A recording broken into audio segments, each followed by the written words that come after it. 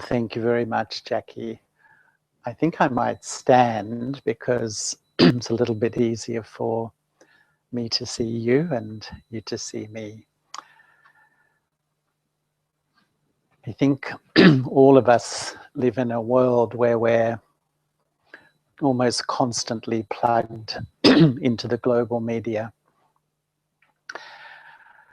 And we sit in the comfort of our own lounge rooms. It's a wonder, isn't it? And that little screen in the corner brings in the stories from every corner of our planet. And we watch so many things, don't we? We watch wars, we watch famines, we watch disasters. And probably every single one of us sitting in this room over the last 10 days has been plugged into what's been happening in Nepal. Is that right? And it's amazing what we observe, isn't it? We see, I can hear my voice coming back to me somewhere there. Is that right? We see, you know, the faces of people who have lost their loved ones, people mourning. We see so many incredible scenes, you know, people searching through rubble for whatever their people they've lost in their families. We observe people who are displaced. And sometimes the cameras take us right into the faces and we see all the pain and sorrow that our fellow human beings are going through. And many times when I watch that sort of stuff, I really question myself and I wonder, what do you feel? How do you react inside? What really happens? Does it seem like yet another reality television show? You know how sometimes it's hard to sometimes feel this is all real. It seems a long way away. Do you sometimes feel a bit helpless or hopeless? Or do you sometimes feel a bit angry or depressed watching all this stuff coming at us constantly through the news and the media? Or so do you sometimes feel a bit desensitized? I mean, how do you feel? Or do you sometimes just switch it off? You've just had enough. It just seems there's just so much going on in this world, and can I cope with any more? Or do those deep feelings of compassion really emerge inside and you really feel for your fellow human beings? Because a few years ago, I was talking to a friend of mine who's actually from Melbourne. He's a journalist, and he was saying to me that he said his greatest concern in the contemporary world is not the shopping list of issues and problems which confront us all the time. He felt the greatest concern was that we're losing our compassion for one another. Do you feel that? Now, everyone's nodding. And that we've become so self-absorbed to the point of being selfish. It seems to be the nature of the modern world, isn't it? That it's like, I think, for most of us, there's so much stuff going on in my life. It's like I'm so absorbed in that. It's hard really to reach out to you and really see how you're feeling about your life, because I have so many issues and problems in my own life. And unfortunately, sometimes that's the reality of the world which we're living in. And he was saying that his great concern is that the most intrinsic thing in a human being is to have that sense of compassion or mercy or feeling for each other. And sometimes I've asked myself that question, because, you can sit and watch the TV, you can see our fellow human beings suffering around the world. But what I'm more interested in myself is more of a day-to-day compassion in my own life. How do I really, do I offer compassion to the people that I interact with on a daily basis, the people I live with, the people I work with? Because sometimes I think that's even a little bit more challenging. Would you agree? I think it probably is. And I think sometimes it's easy to sit and watch what's happening around the world. And you can be feeling a lot for your fellow human beings, and yet there's someone sitting beside you in the same room. There's someone living under the same roof who's suffering. they're not happy? Do I even understand their situation or even reach out to them? Sometimes it's not so easy. And I think that, you know, when we read the statistics about, you know, the world at the moment, I went on a speaking tour a few years ago with a man, and he was saying that 1 in 4 of us suffers from depression. And so many people feel unloved, alienated, and disconnected.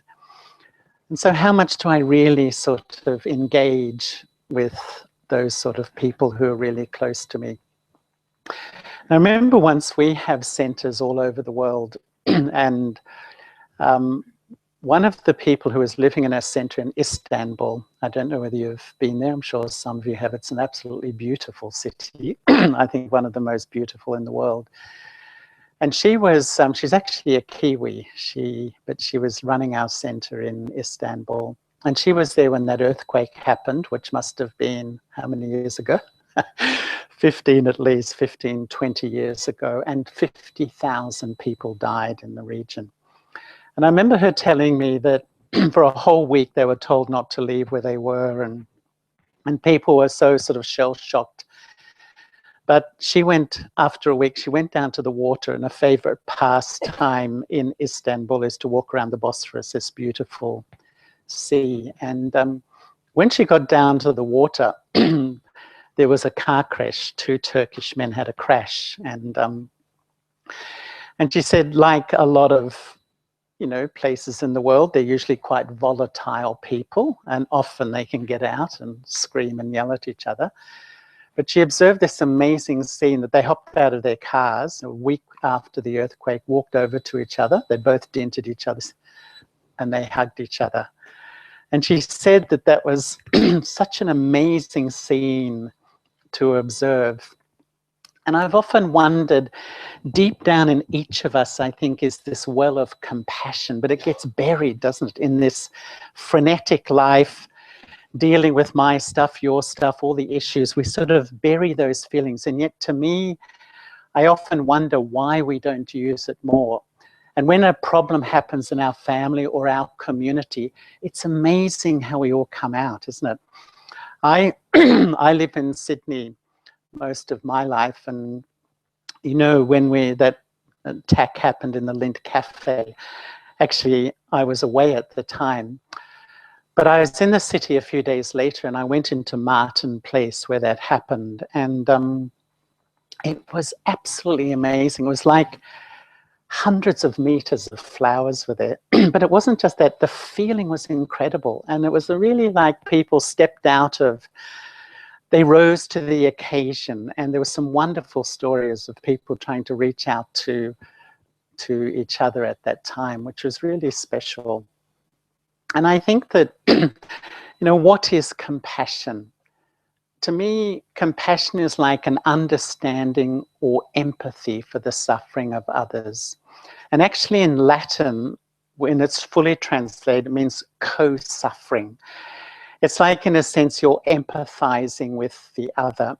But taking it even further, it's like a fundamental aspect of love, I would say. It's one of the most natural expressions of love, to want to alleviate the pain or the hurt or the suffering of others. And if you look at all the religions, actually, you know, compassion is absolutely integral to them. And I once heard a story about Buddha, that he was with his disciples, and one of his disciples asked him and said, would you say that the cultivation of loving kindness and compassion is a part of our teaching? And the Buddha said, no. The Buddha said, no, I would say that loving kindness and compassion is not a part of our teaching. I would say the cultivation of loving kindness and compassion is all of our teaching. And really, if you think, if someone was to say to you, how would you define a really spiritual person? What is spirituality?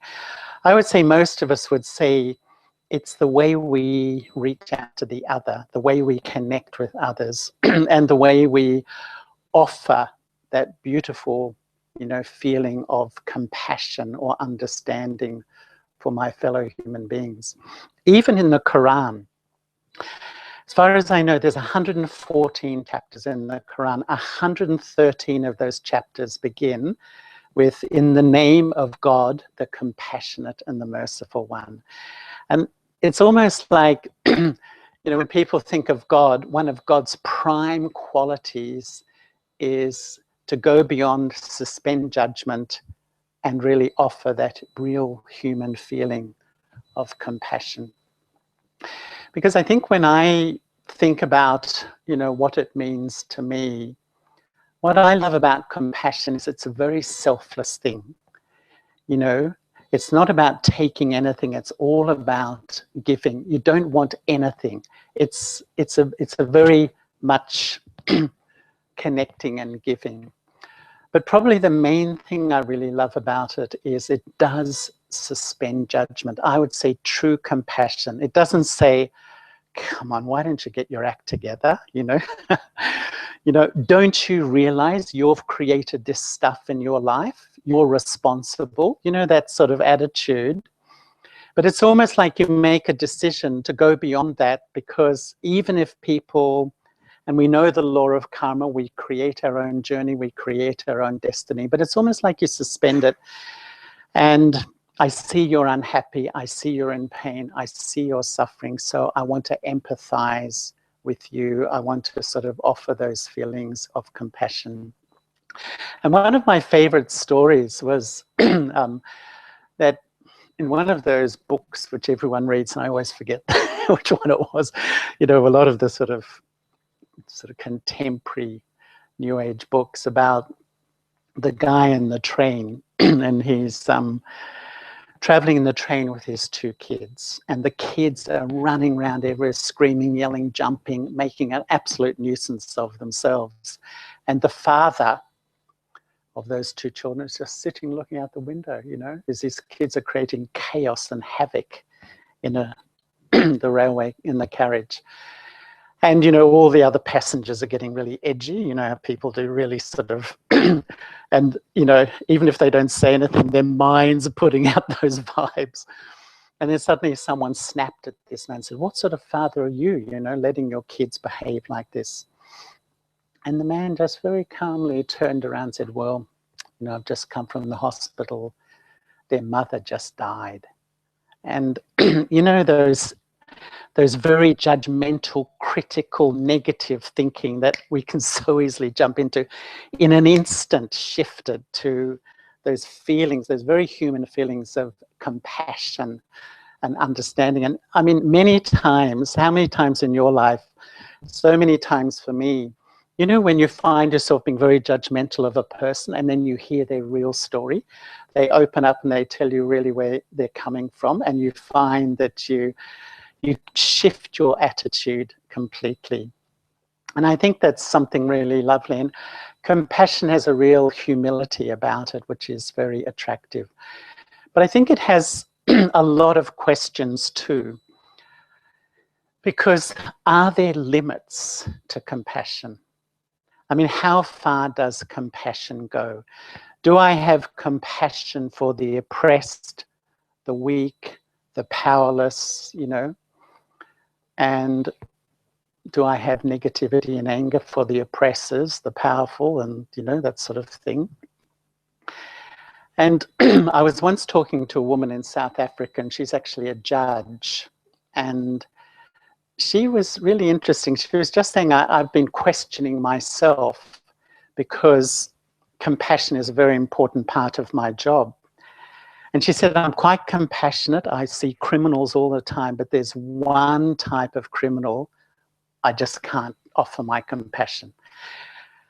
And they're people who abuse children. And she wasn't questioning them. She was questioning her own lack of ability to extend her compassionate self towards all people. And I remember once I was at a function with the Dalai Lama, and he's a wonderful sort of entertainer. Have you ever seen the Dalai Lama? Actually, once in Melbourne here, I went to meet him before he was a Nobel Prize winner in the early 1980s. And there was a group of us, about 10 of us, we had an audience with him. And he came in, it was in a private home, and he sat down in the chair and he looked at everyone like this. And I was with a friend, and he came back to us and he said, Om Shanti. Just sort of, and then he giggled, you know. He's a wonderful soul, but he had an audience of 3,000 people, and he's just very relaxed. And he was talking about compassion, and there was a person from China in the audience, actually, and this man said, well, that's all fine, but, you know, do you have compassion for the Chinese because of what they've done in your country? And I think you all know what's happened in Tibet, you know, the deforestation, what's happened to the people. And the Dalai Lama said, I do. And the man said, I don't believe you. And, and the Dalai Lama said, I did. And he gave a very interesting answer. He said, I have compassion for them because from my view of life, the law of karma is the law of action and reaction. These people are doing such actions now, they're creating an unfortunate future for themselves. So it's almost like compassion in lieu, you know, compassion because their future will be one which is not so pleasant.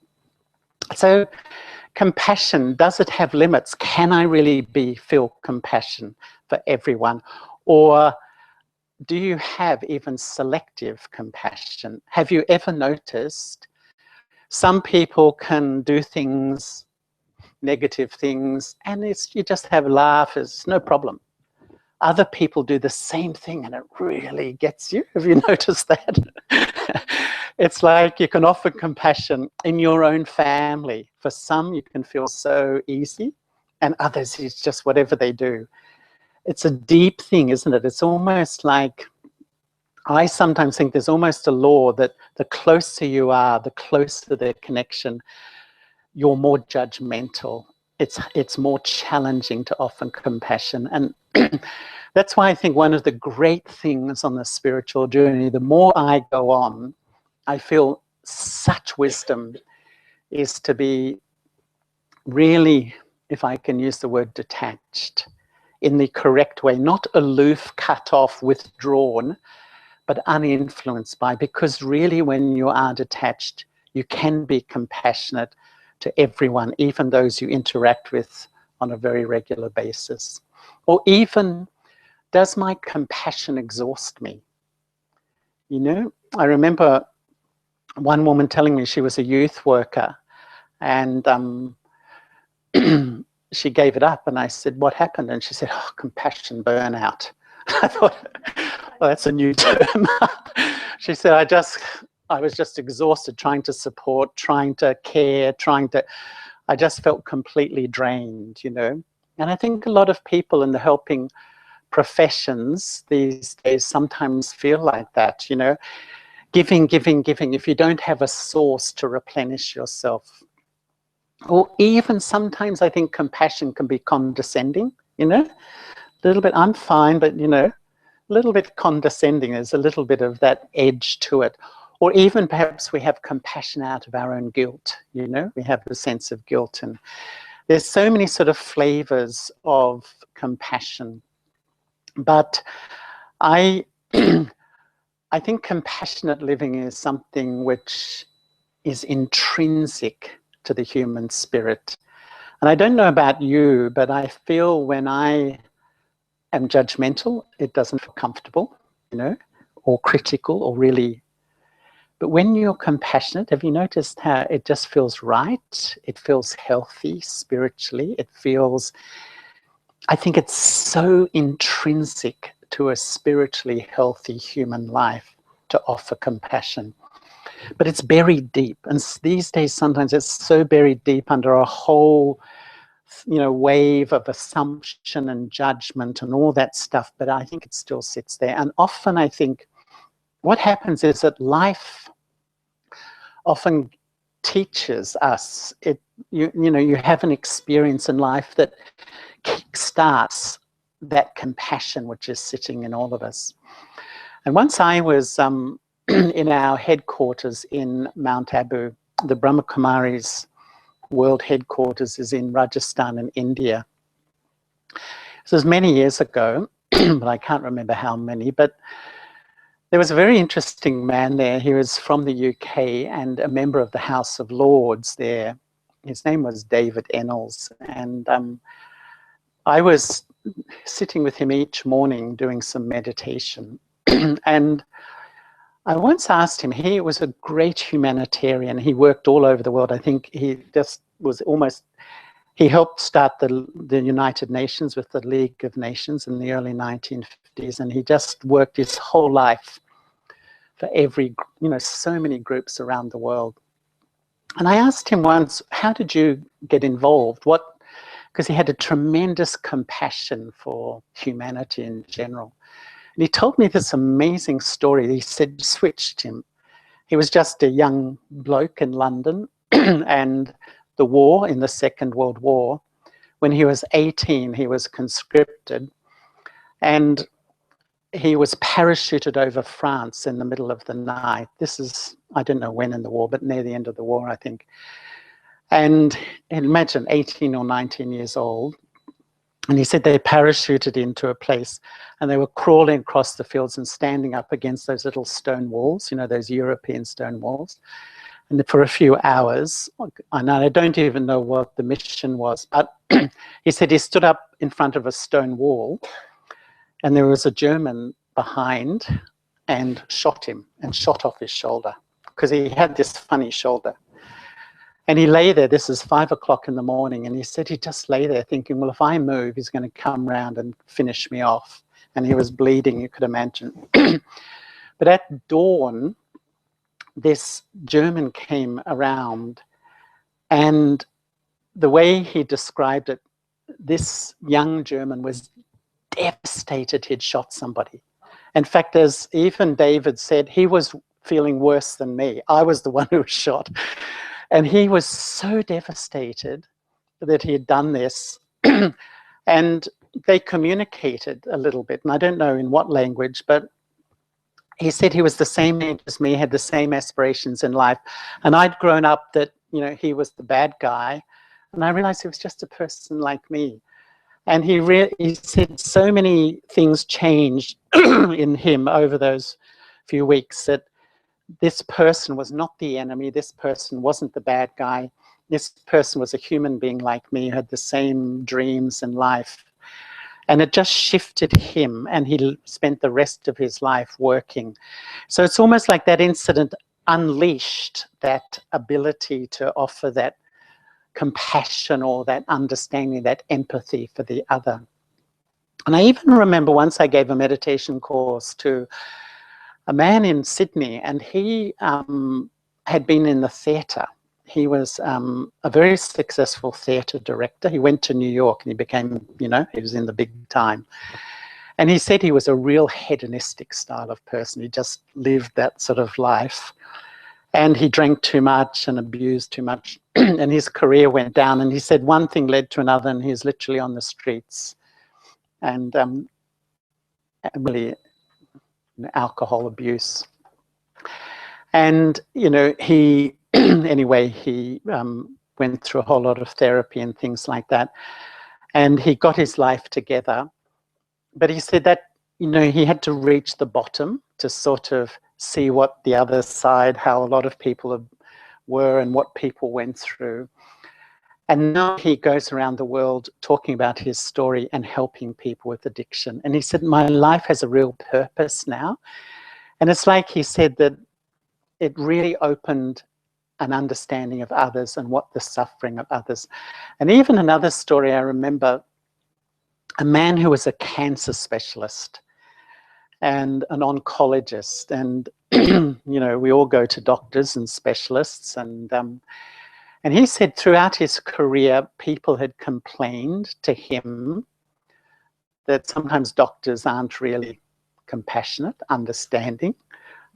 Seeing a few smiling faces as I'm saying that. And he said he really just didn't really believe it in a way. He just sort of didn't really accept it. And then he got cancer himself. And he had to go through the whole medical system himself. And he said it completely and utterly transformed him. And when he was on the other side of the desk, you know, waiting in waiting rooms, you know, all sorts of things, the language which was used. And he said, I changed from a doctor of bodies to a doctor of souls, you know, understanding. And so it's amazing, isn't it, how, and I'm sure in this room, if we had time, you know, there'd be incredible stories of an incident in your life that touched something that opened up a whole part of you that perhaps is dormant because of the nature of life today. And I remember once too, I was, one thing that really touched me, it was rather simple. I was in South Africa and I was giving a talk in Nola's place. And there was a whole lot of people from an electrical power station. I don't know why I remember that, but I do. And anyway, there was one guy right in the front and he was just watching me the whole time. And I gave this talk. I can't even remember what it was about. And when it finished, I said, well, does anyone want to say anything or questions? And he was sort of, the way he looked at me and he just said, brother, give me peace. Brother, give me peace. The way he was saying it, you know, it really, you know, when sometimes people say something, just penetrates something in you, it really touched me. And it felt like the voice of humanity, you know, like speaking, and the human right. It's a human right to experience peace. It's a human right to be loved. And somehow it just really connected to me. And I can remember the feeling, that feeling of like, we're really one human family. It's a, you know, we're one human family, and the importance of those compassionate feelings for everyone. But I think, as we all know, that where does compassion begin? It begins with me, doesn't it? And I often feel the first relationship in life is with me. And if that is not a healthy relationship, it pollutes absolutely everything. And yet I would say, would you say, is it easier to have compassion for others or for the self? Others, definitely. And I'd say one of the great acts of spirituality is to be able to come to a point where I can really be compassionate, because each one of us has a set of weaknesses. Each one of us has done some actions which we perhaps regret. And yet that sense of compassion and forgiveness is such an important thing. And I often think, you know, do I offer myself love, respect, compassion, or do I sometimes beat up on myself and give myself that heavy duty sort of response? Because I think that, you know, the greatest block to compassion is ego. I think ego is a great block. And I often, you know, these days in this spiritual journey of learning, this deep engagement with learning about myself, understanding deeply and fundamentally who I am. The way it's really helped me recently is I see three parts or three personalities, and two of them I would say are not compassionate, and one of them really helps me emerge my compassion. And the first one I always refer to as ego, arrogance, the I of superiority. That part, I often feel it's a facade we've built up to manage life. You know, it's a hard facade sometimes. And it's the whole thinking, feeling structure. You know, I compare and I feel better, I'm right. Comes into my feelings, and I have those feelings easily, feel insulted, disrespected, not valued.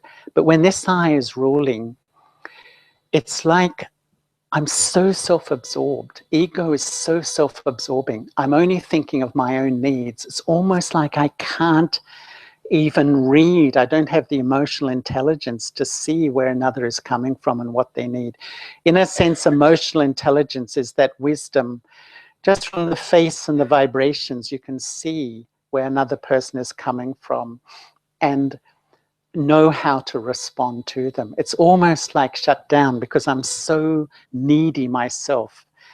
And that eye finds it very difficult to offer that compassionate feeling to the other. But the second eye is the eye I often call the vulnerable eye, you know, hiding behind that sort of confident exterior is a very vulnerable me, you know, that little vulnerable me that sits inside. Am I good enough? Will they like me? You know, sort of a bit paranoid, which sits in every human head, I can guarantee you. Because often we think, why do I feel sometimes so unconfident? And often in the mask of confidence, people can feel so confident, yet behind that vulnerability sits there. And the thinking that I'm not good enough, others don't like me, a sense of hopelessness can come in. And this is the eye which finds it very hard to have compassion for myself. You know, to understand, you know, really who I am and really what I need. And sometimes I think we fluctuate between those two, but here, at the heart of our teaching, we offer the understanding of the third eye, which is the original eye, which is I, the soul, the spiritual being. And I think this is really the first and last step in meditation. It's almost like this deep research into not, you know how today we know facts, we have intellectual ideas, we know, 80% of Australians believe there's something more than a body. Something more, I'm the soul, the spirit, the psyche. What we feel, a minute spark of life energy which sits in the front of the brain. It's not male, it's not female, it has no nationality, no religion. That's my intrinsic self. And it's almost like the more I not just know and believe that, as I meditate, meditation is converting the theory into a feeling. I start to unleash a natural sense of peace and that innate compassion which sits inside all of us. Firstly, for me, and I can remember thinking that, as I began to meditate, the gift of meditation is I take back my self-value. I step back into my sense of self-value. And it's like, it doesn't matter if I make a mistake. Life means you make mistakes. What matters if I lose that self-value or compassion for the self? It doesn't matter if I'm criticized. It's life today, isn't it? Everyone in this room cops criticism. What matters is when I allow that to dominate my inner world and I start to take that on and feel bad about myself and often very resentful about other people too.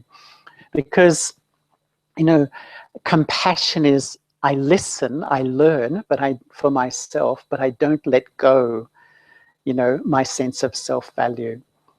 And I think it's really such an important thing. And I feel that, when I really have compassion for myself, one of the great aspects of self-compassion is to live by my truth. My own experience is, if you compromise your most valued values, if I can use that language, your truths that you stand for, how do you feel about yourself? Can you like yourself? Can you love yourself? Of course, in the long term, we have to have compassion, but I think an act of compassion for myself is to live by what I feel is my truth and not compromise that.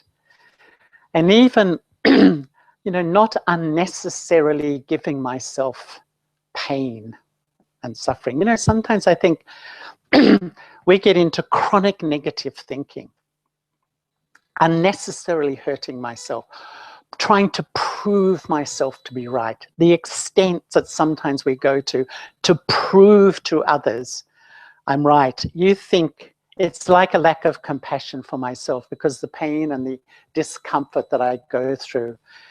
Sometimes, we push ourselves through all these things, but I think real compassion is to live in my own self-value.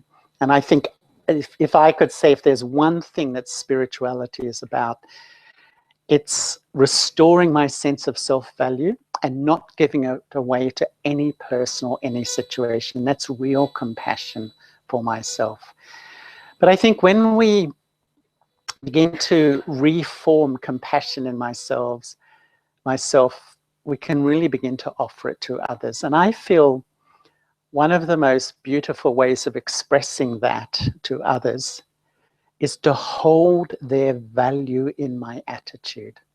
You know, the most powerful thing is your attitude. I often think, you know, your thoughts and your feelings going on in your head, when you project it into the atmosphere, your attitude propels that into the atmosphere.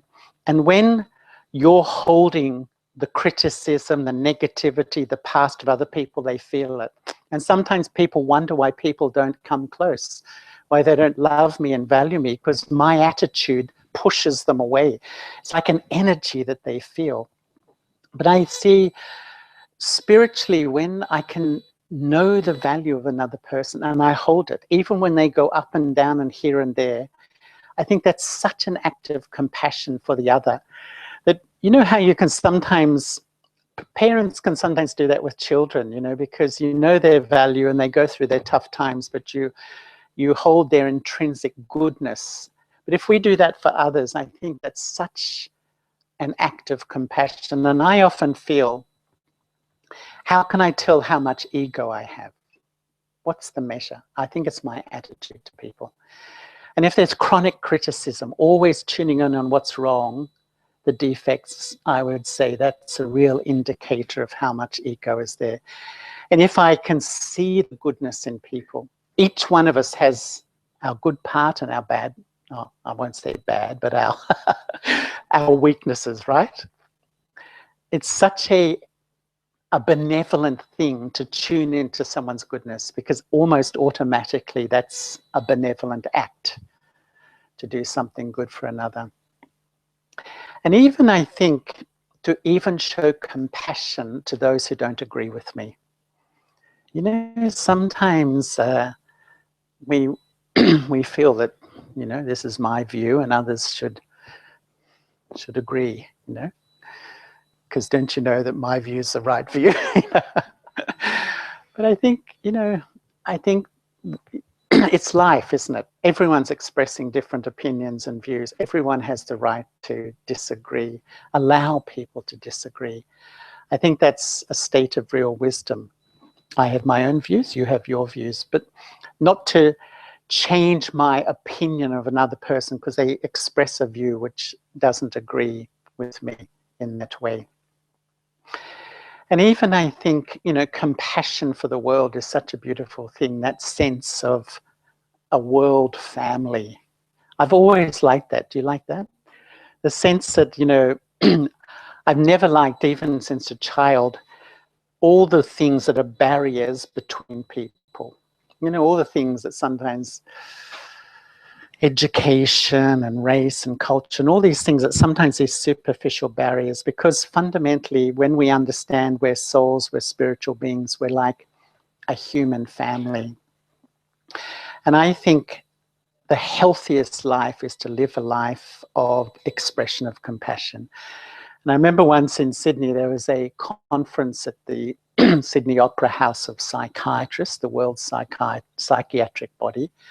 And one guy presented a paper, and his paper was based on, he said, the most healthy people emotionally and mentally and spiritually are what he called the Mother Teresas of the world.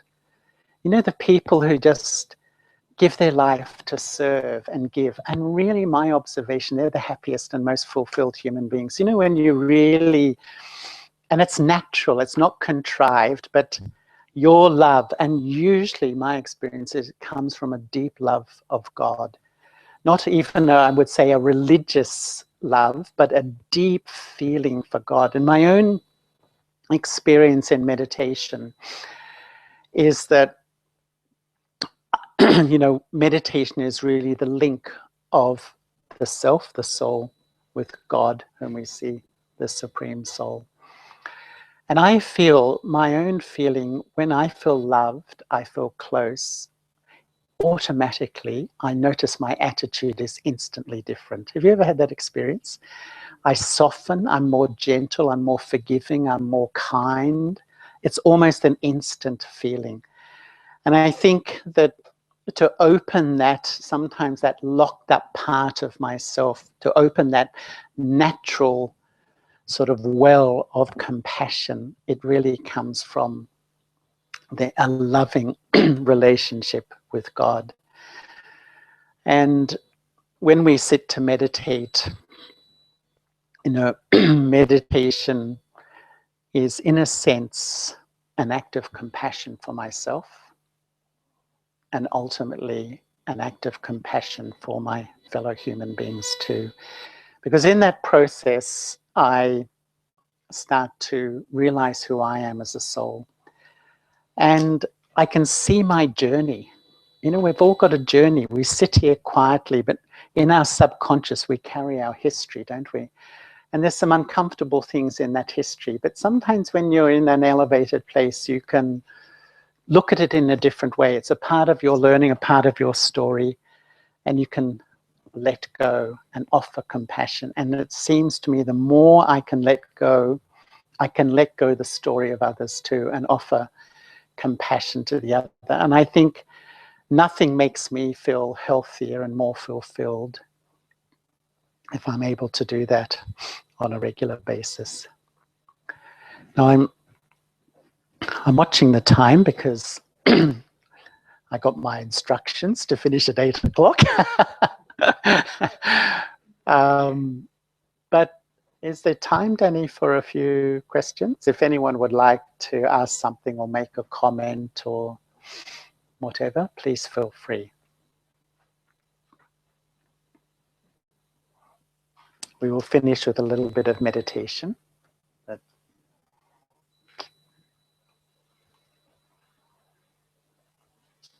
Charlie, thank you so much. You have no idea how timely. Oh, Shanti, no problem. Wonderful out of that, Charlie. And what you said, thanks for coming. That's fantastic. To accept our connection with all things and have love for the self.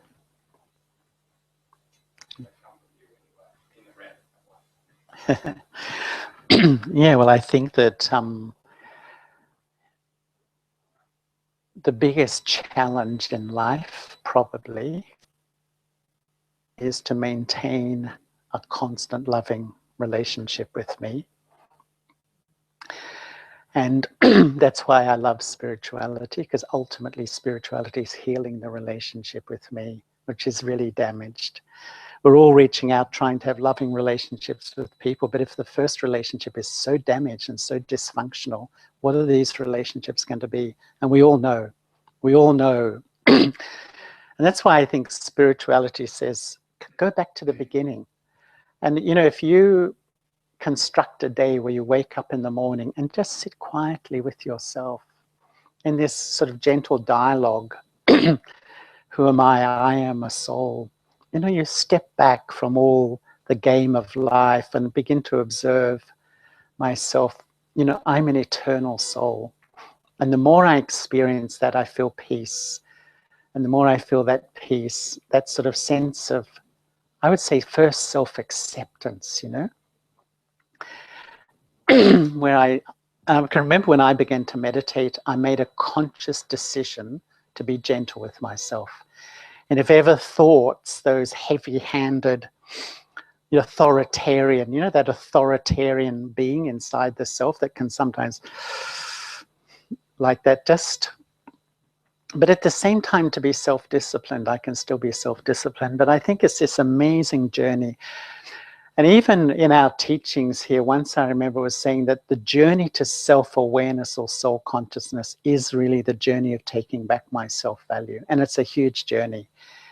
It's a huge journey because really we've given it away to virtually every person, every situation. And that's compassion for myself. And that's why I think you know, sometimes we start a spiritual journey and it's tough. You know, you come up against your own nature. So you think, it's too much. Let me just go back to the life of rushing and running, because it's slightly mindless and I don't think too much what's really going on. And that's why I feel never stop, keep going, because it's the ultimate act of love and compassion for myself to find my truth and live my truth. And that's, you can be dignified, you can hold your head up that I've lived an honest life according to what I needed. And I think that's where I feel it's so important to, you know, establish a little structure in my life to nurture my spiritual growth. And I don't know what you feel, but I feel it's more important than ever. Would you agree? The world around us is so uncertain, so challenging. Unless I have a sense of my own value and a stability in myself, the world will keep knocking you over. Knocking you over. You can't blame the world. It's like we've become so vulnerable. We've got to become stronger. And that's what spirituality does. It just strengthens and strengthens over. The main thing is consistency. Yeah. Tim. You started by talking about the world events and what we see. I'm just interested in your thoughts in terms of when we cultivate feelings of compassion for people who are on the other side of the planet, what effect does that have? You know, we might say we contribute to the collective consciousness, but you know, someone who's cynical would say, well, you know, what difference is that going to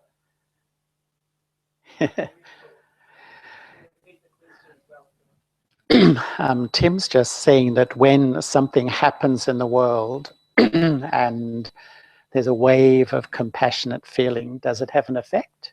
Is that what you're saying? You know, I really think it does.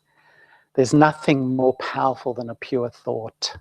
And in a sense, you know, light, as we know, travels at, what is it, 186,000 miles a second or something? Something incredible. A thought is instant. And, you know, it might sound a lot, but in a sense, when you create an absolutely pure thought of love or absolutely cleanest intention of benevolence, I think it does have an enormous effect. And in 1986, the Brahma Kumaris, it was the International Year of Peace. And the Brahma Kumaris were part of that. And this man I was talking about, Lord David Enols, his name was, he you know, we had this whole project around peace through prayer, meditation, and positive thoughts. And at first he thought, oh, you know, that's a bit wimpy. But, you know, by the end of it, he really saw the effect, because thoughts are the seeds of actions. And I really do think it doesn't. This is what I was saying, what happened in Sydney. If you went into the centre of Sydney after that, there was such a sweet feeling there. We had a few international guests when I went there. We just walked in. It was early evening. It was quite warm, a balmy evening. And we're just walking. There was just unlimited numbers of flowers. And there was such a feeling of love and respect for fellow human beings. And I think that energy people had put into that place really has an effect. And that's why we meditate for self-transformation. But we have a saying, when we change, the world changes. And I think, as you know, I think the energy of many collective minds has a definite positive effect. It's the 100th monkey, exactly. It is the 100th monkey theory. And I suppose the other side of the coin too, that when the world gets shocked and disturbed by things, that energy also races around the planet.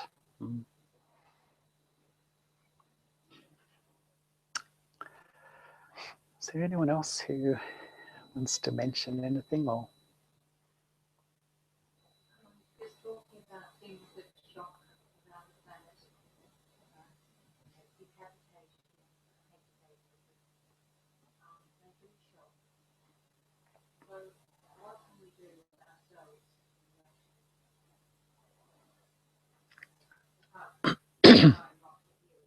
Mm.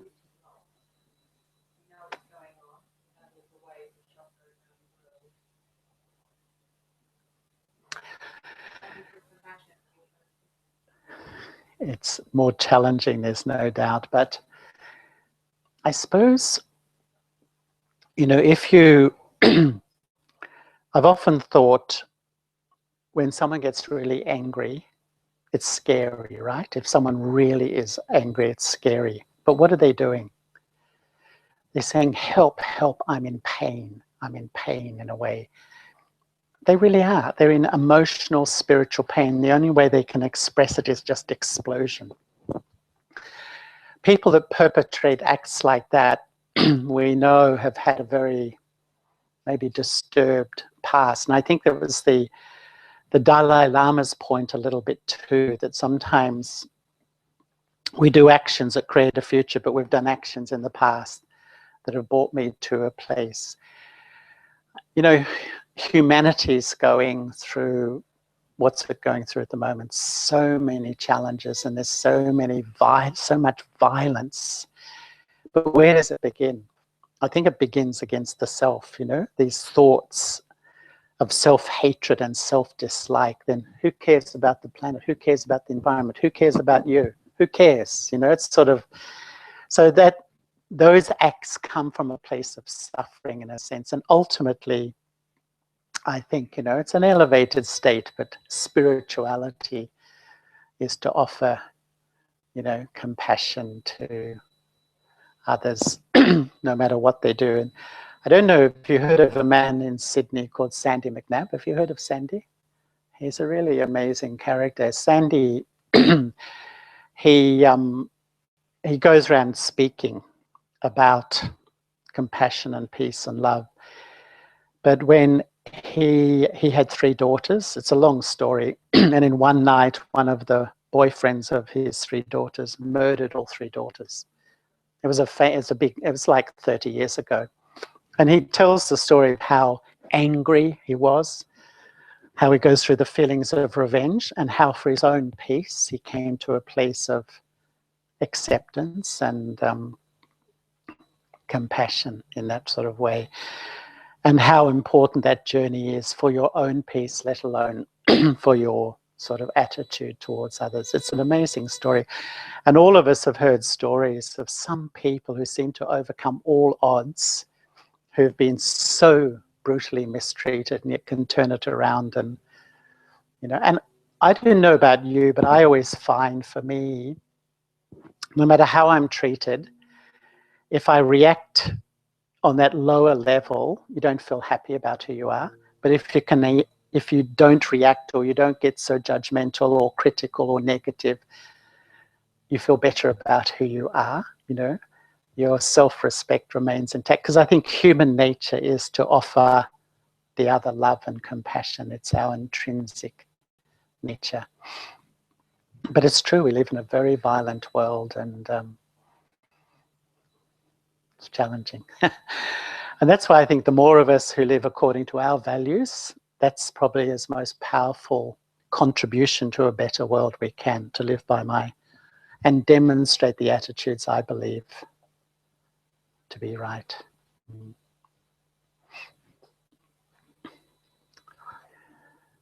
Okay, Danny, shall we finish?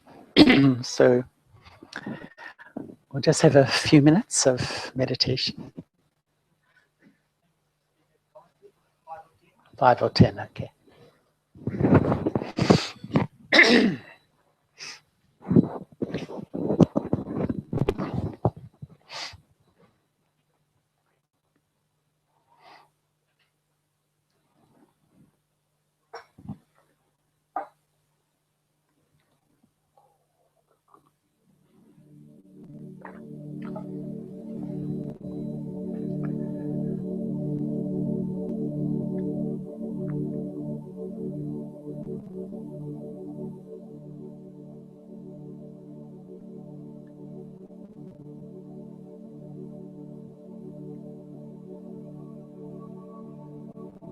we sit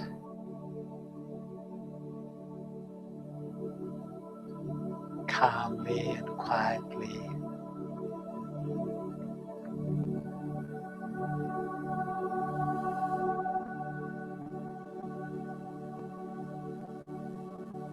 And reflect within.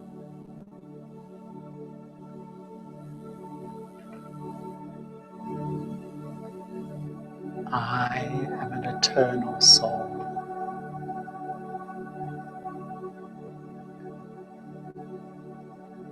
On this incredible journey of life.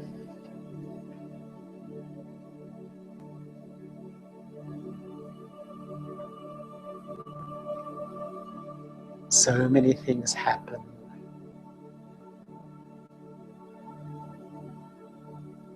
Some so beautiful,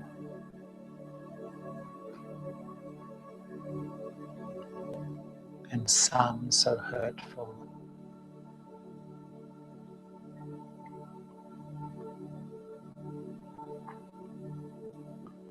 But wisdom is to learn and move on.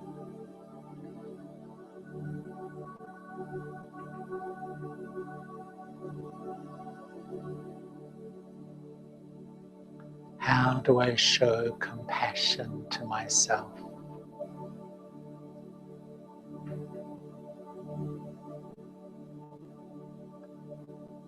To sit in front of the lover of the soul, the light of God,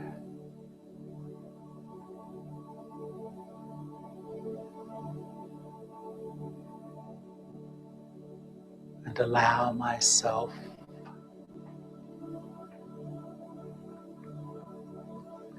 to absorb this love.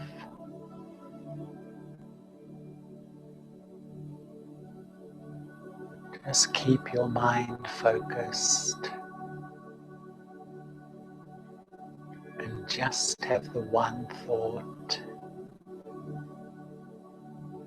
to feel this divine love.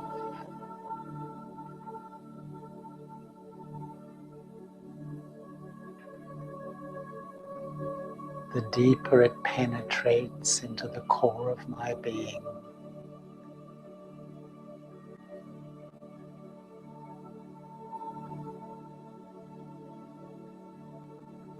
it softens me. I let go hard attitudes, the need to be right,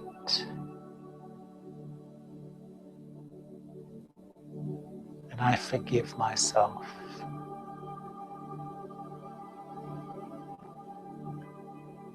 If I see my intention, it's to be a good person.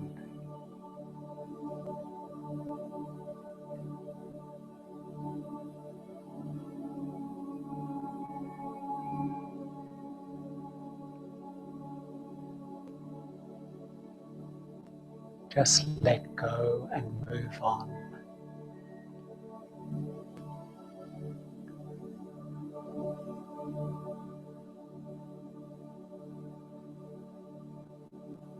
And when I show this forgiveness and love for myself,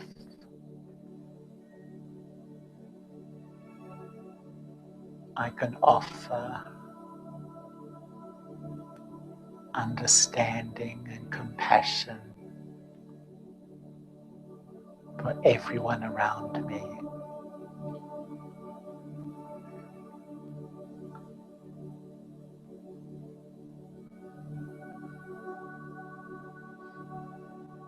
Let me think of those one or two people that challenge me deeply.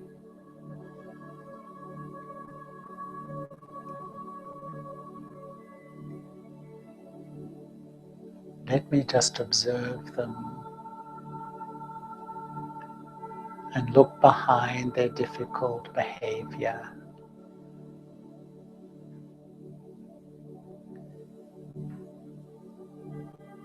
and understand that they are struggling too.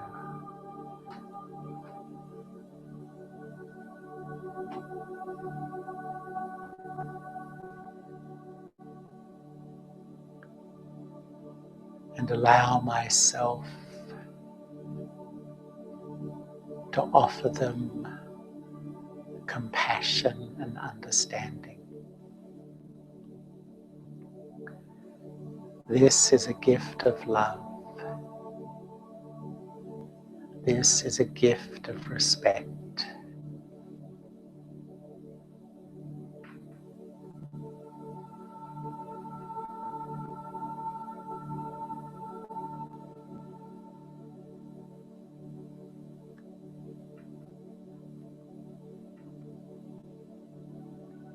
Let me consciously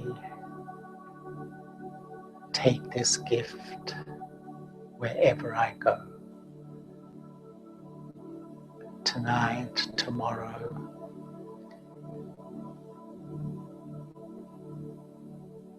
Look beyond the actions and behavior. See the brother soul and give love, forgiveness, and compassion.